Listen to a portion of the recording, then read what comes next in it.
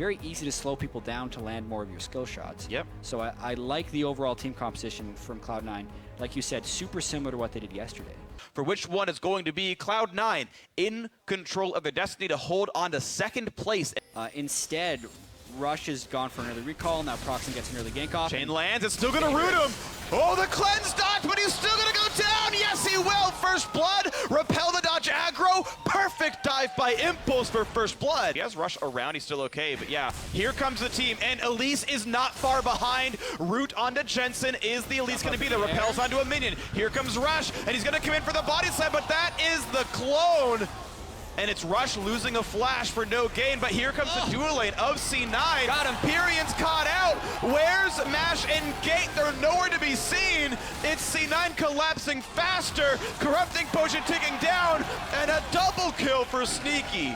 Well, that's exactly what Cloud9 will need to get back in the game. A little bit of help from Rush, and it's otherwise just outplaying Hai. Outlast hits a jungler with an auto attack on Morgana, adding insult to injury. I just don't know what Procxin was doing there. Just save his spider form, Q, execute. There's no way Hai should be able to steal it with the Morgana auto attack, but I think he'd used his spells a little bit early, trying to get it down, and he's trying to get revenge. Flash That's Cocoon and a hell of a lot of damage. Hai's got nowhere to go. Great pickup there. It's a kill through for Procxin. He's got all the kills in the team. And then even though they tried to lane swap back to kind of dodge the lane and then shove,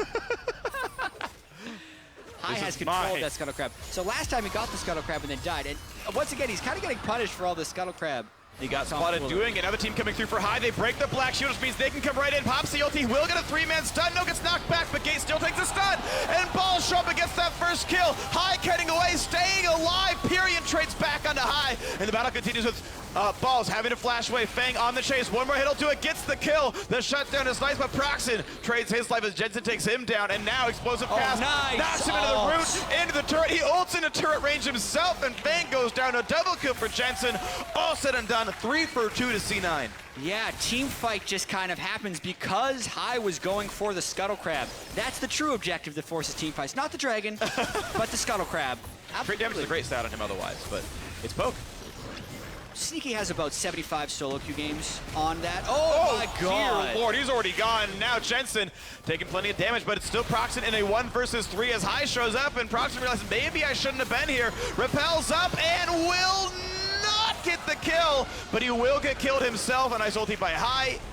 That's gonna get picked up there by Rush. 2 kills for Cloud9, and now a root. It's Janna. How many can he get? 1, 2, 3 misses, and a 4 dodged away. Stays up, but no balls. In the top side, picked off Graves. All right, this game is going to Cloud9's favor a little quickly right there. And now we're going to get to see the duel here. Great Pillar knocks him back. Ults him a little bit late, but it's going to be the ticking damage. Gets the slow on every Q. Doesn't even need to flash. He's got the angle on Feng. Wow. And just bites him down under the turret. He already had the level advantage on him right there. To go into more blind situations.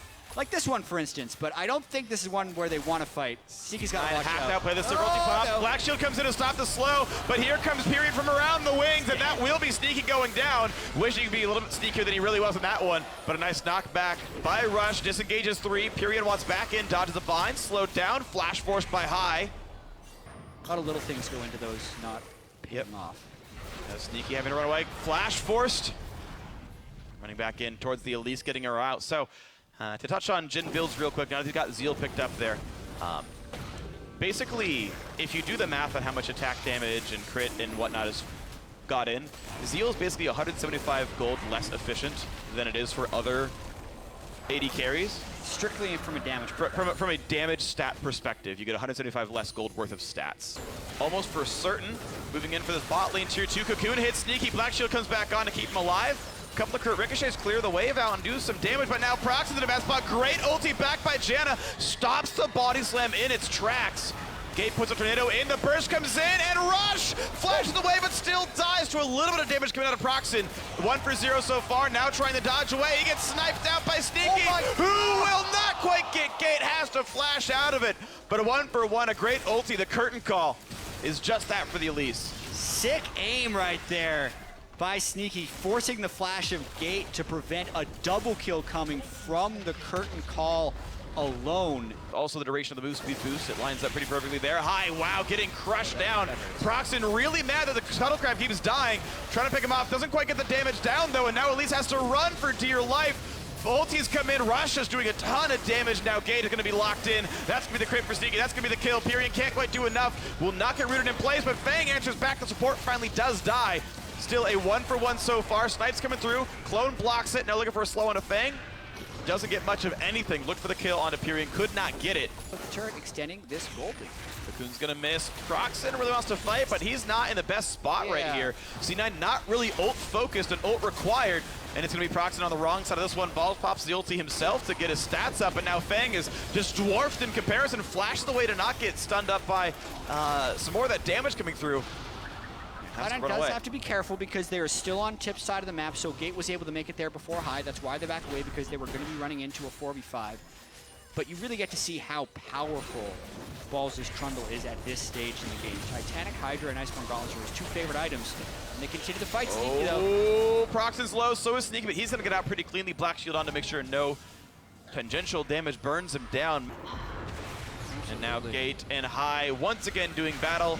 Stun's gonna land. Time finding. Him? Like, what is he trying to do here? He's basically mid lane Morgana. Exhaust them.